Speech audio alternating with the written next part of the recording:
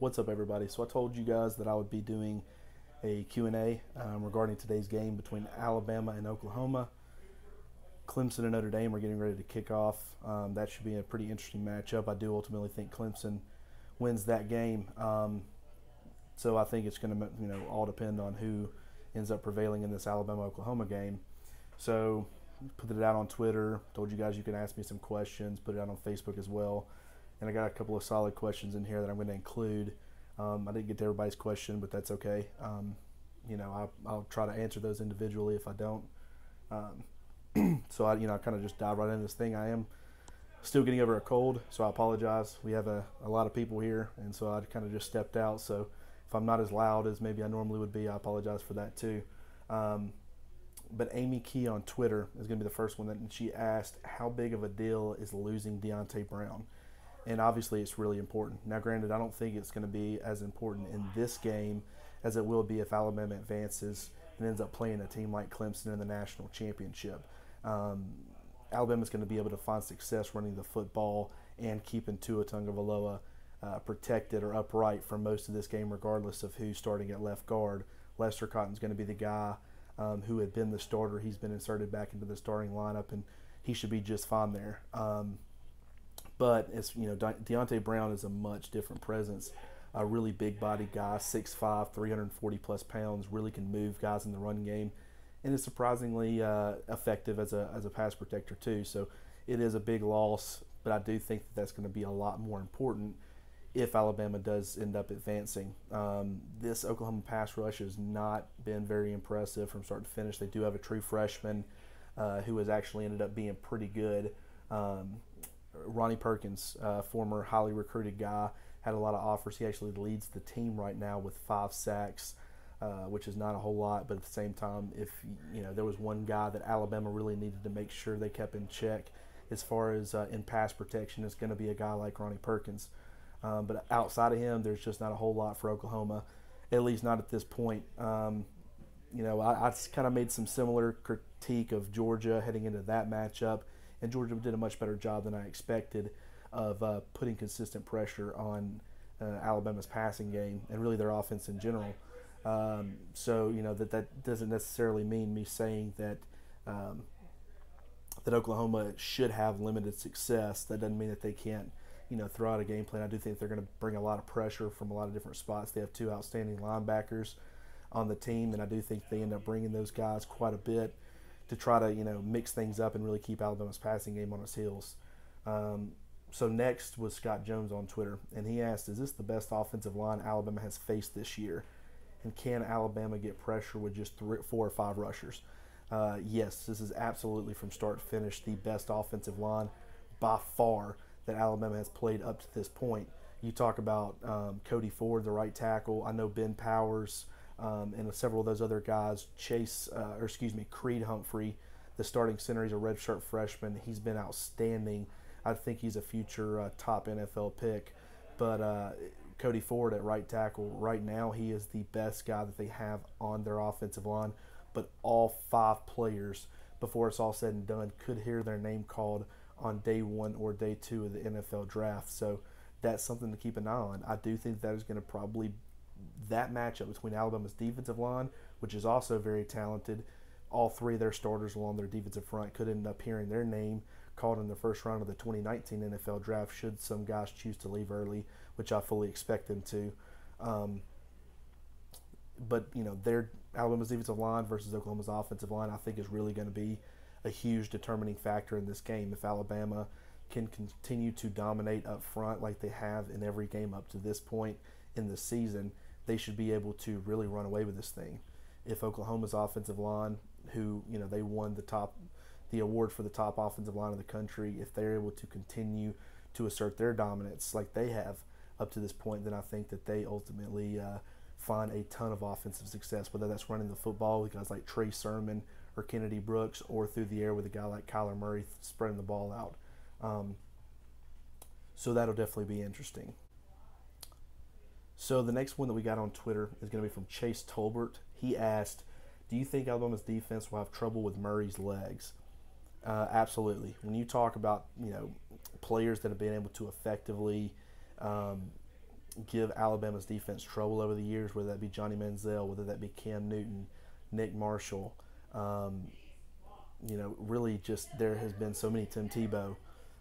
There has been a lot of guys that's been able to extend plays and really give Alabama's defense trouble. I don't necessarily know why that is. Alabama has made a lot of adjustments, especially adding smaller, more agile defenders in their front seven, which has definitely helped in some ways. But there's no doubt that still is probably one of the biggest weaknesses. It takes a dynamic quarterback to beat Alabama. That you look back and granted, maybe like a guy like Steven Garcia or Zach Mettenberger were not elite quarterbacks, but on that particular day, they had elite performances, and that's what helped South Carolina and LSU still be able to get over the hump. Actually, in fact, Zach Mettenberger didn't beat Alabama, but he did find some success, and I think Alabama ended up winning that game 21-17. But that's the kind of thing that you have to have an elite performance, I guess you'd say, from your quarterback in order to be able to beat Alabama.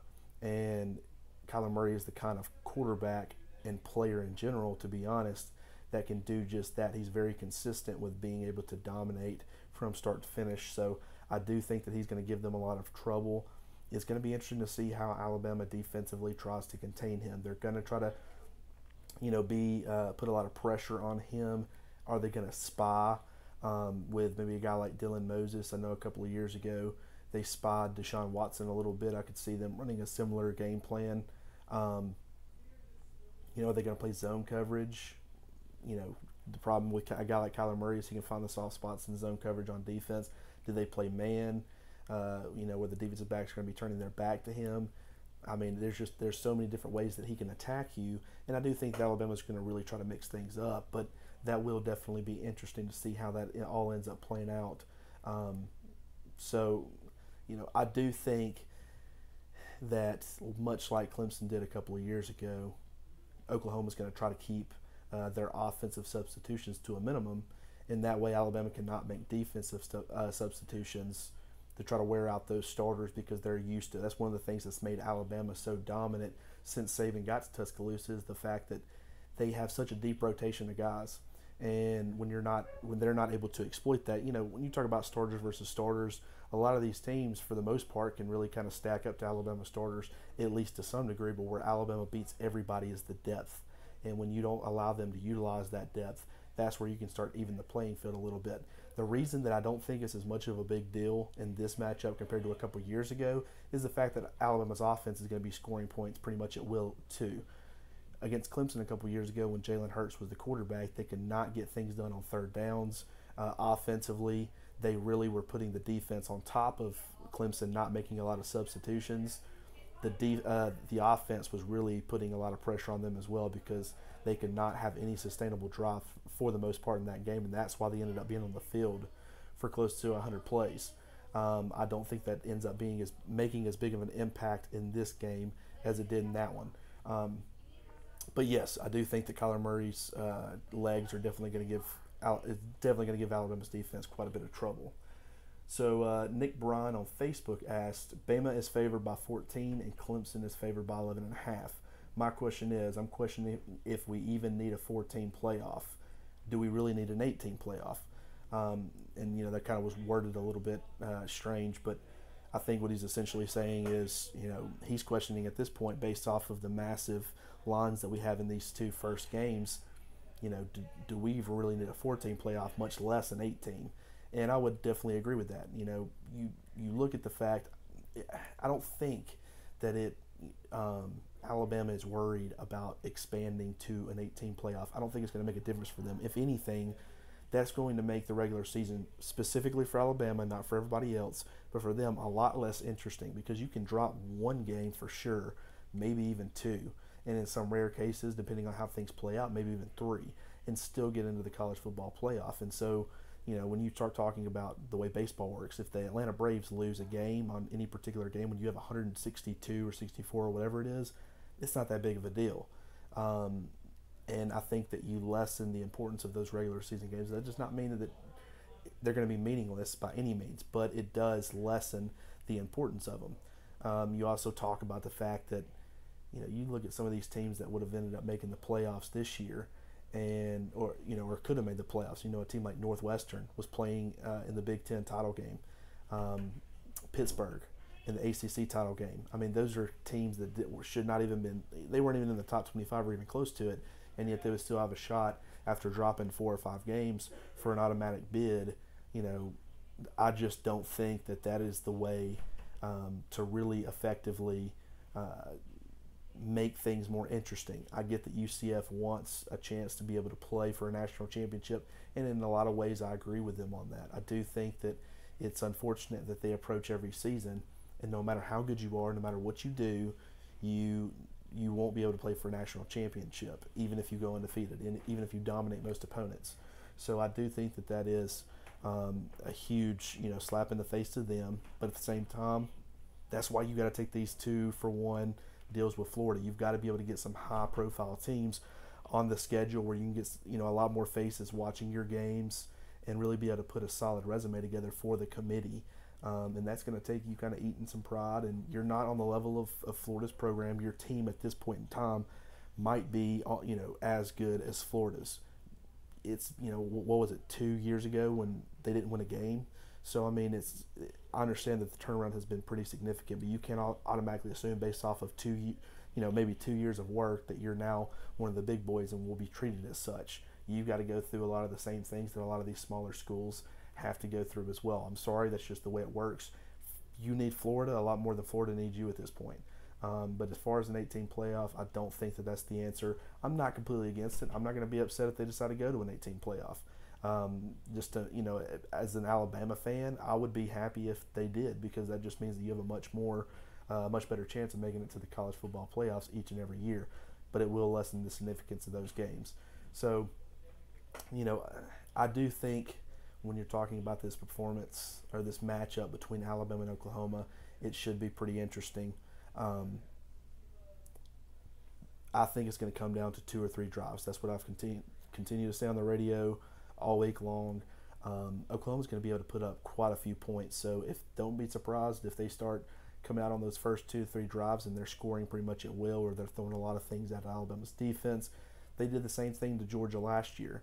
And in the second half, Georgia's defense finally started calming down. They started adjusting well to Baker Mayfield and the rest of that Oklahoma offense, and they held them to only 10 offensive points.